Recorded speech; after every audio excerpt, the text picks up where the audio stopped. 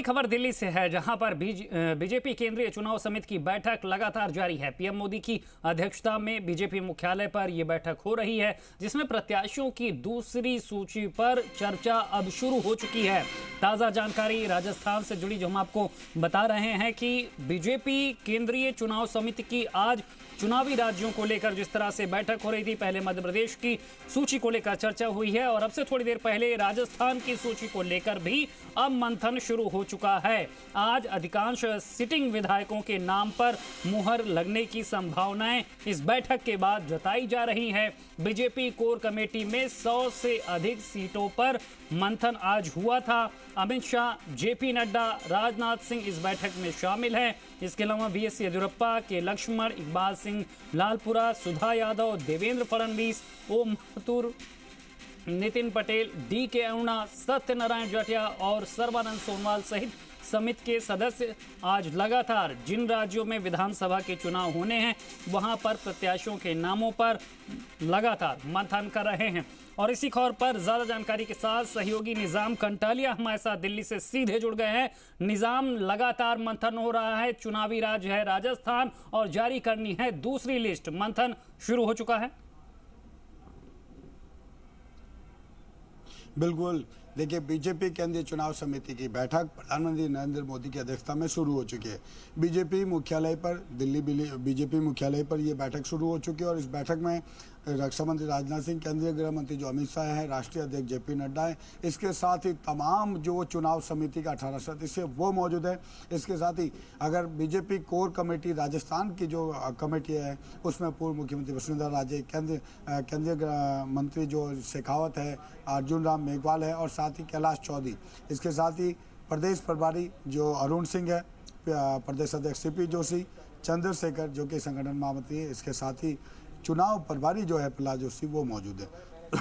देखिए, इस बैठक का लगातार इंतजार किया जा रहा था क्योंकि करीब 200 सीटों में से 41 सीटें देखिए पहली सूची में जो है बीजेपी जारी कर चुकी है। उसमें भी वो सीटें जो डी कैटेगरी की थी संभवतः ज़्यादातर, जिनमें कि बीजेपी ज़्यादा कमज़ोर थी। 40 सीटें ऐसी थी 41 में से जिन पे कि कम बीजेपी जो है जीत नहीं पाई थी। और अगर बात की जाए इस दूसरी सूची की, तो दूसरी सूची में जो 100 से ज़्यादा नाम तय करके कोर कमेटी ने 2 बार बैठकें की। पहले 17 अक्टूबर को बैठक की करीब 5 घंटे, कल 19 अक्टूबर को भी जो है प्रहलाद जोशी के आवास, माफ़ कीजिए, कल प्रहलाद जोशी के आवास पर बैठक हुई 6 घंटे और आज जेपी नड्डा जी के आवास पर सुबह 11 से 1 बजे तक 2 घंटे की बैठक हुई जिसमें अमित शाह भी मौजूद है। यानी लगातार पिछले 3 दिनों में देखा जाए तो 3 बैठकें हो चुकी हैं। केंद्रीय चुनाव समिति से पहले बेहद मंथन किया गया क्योंकि 100 से ज़्यादा जो सीटों पे नाम फाइनल करने के बाद केंद्रीय चुनाव समिति को ये नाम भेजे गए। संभवतः ये उम्मीद जताई जा रही है, संभावनाएं हैं कि आज जो है बीजेपी की बेहद जंबो लिस्ट जारी होगी जिसमें करीब 70 से 80 नाम जो है जारी हो सकते हैं।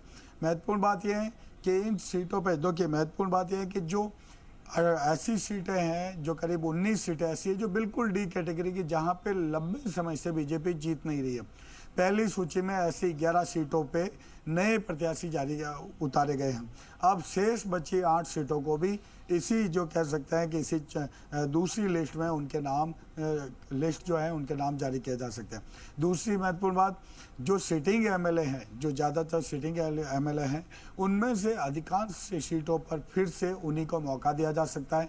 9 से 11 एमएलए ऐसे हैं जिन्हें उनके रिपोर्ट के आधार पर, जैसे उनके खिलाफ जो नेगेटिव माहौल है या उनकी उम्र के चलते या उनके द्वारा जो की गई बयानबाजी है, जैसे कि कैलाश मेघवाल को पार्टी किसी सूरत में नहीं चाहेगी कि शाहपुरा से फिर से उतरे।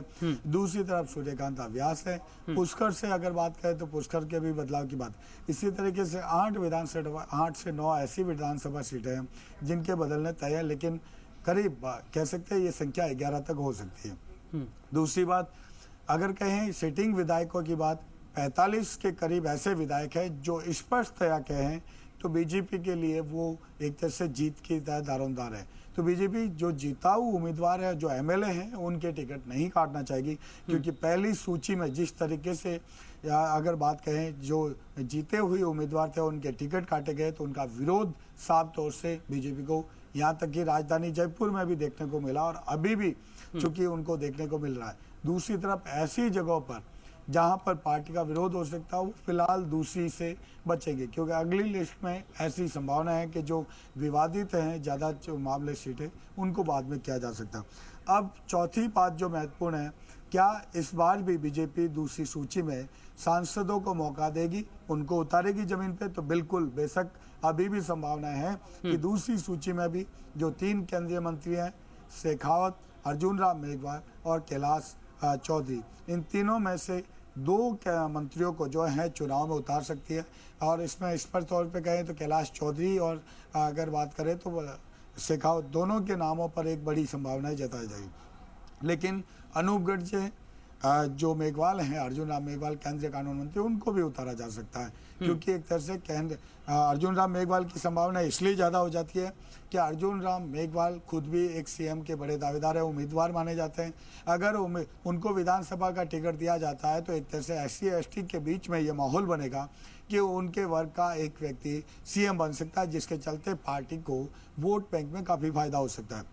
अब इस पूरे मामले के 3 ऐसे सांसद हैं जिनका नाम, जो कि कोर कमेटी में नहीं थे, फिर भी उन्हें बुलाया गया, 2 सांसदों को, कर्नल कमल कटारा और राजेंद्र गहलोत, जो कि आज की तारीख में राजस्थान की बीजेपी में अगर कोई दूसरा सबसे वरिष्ठ व्यक्ति है तो वो राजेंद्र गहलोत हैं, जो जोधपुर से आते हैं। उन्हें भी जो पार्टी है बिल्कुल निजाम, ये तमाम समीकरण हैं, स्थितियां हैं। जब आज पार्टी मंथन कर रही है, दूसरी लिस्ट के नामों को तय कर रही है, तो जाहिर तौर पर इन बातों को आज पार्टी अपने पैमाने पर आंकेगी और उसके बाद जल्द यहां पर दूसरी लिस्ट भी जारी की जा सकती है, क्योंकि समय कम बचा है, तैयारी बड़ी करनी है, क्योंकि चुनौती भी बड़ी है। तमाम जानकारी देने के लिए निजाम आपका शुक्रिया। तो लगातार